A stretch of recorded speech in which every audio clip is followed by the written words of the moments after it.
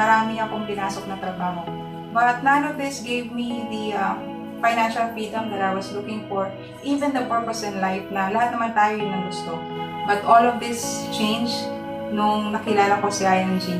Ako naman, lumaki na nanay lang ang nagpalaki sa akin. Naranasan ko talaga yung hirap ng buhay nung bata pa lang. And this is the reason why nagpursige ako na makahanap ng trabaho dito sa Dubai. But unfortunately, di ko nahanap yung aking gustong trabaho.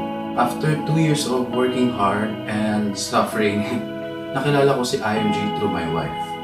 And then after that, tuloy-tuloy na siya kasi I found the realization na yung reason na nag-abroad ako.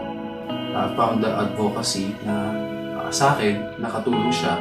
So why not na hindi ko i-share din sa ating mga kababayan dito sa Dubai. There are two important days in our life. The day that we are born and the day that we find out why. I can say because of IMG, I found out my purpose. Nalaman ko, naging klaro sa akin, anong gusto kong gawin sa buhay ko. We are very grateful because IMG helped us to grow individually. Pero we can say na malaki rin ang naging part ni IMG sa growth namin as a couple.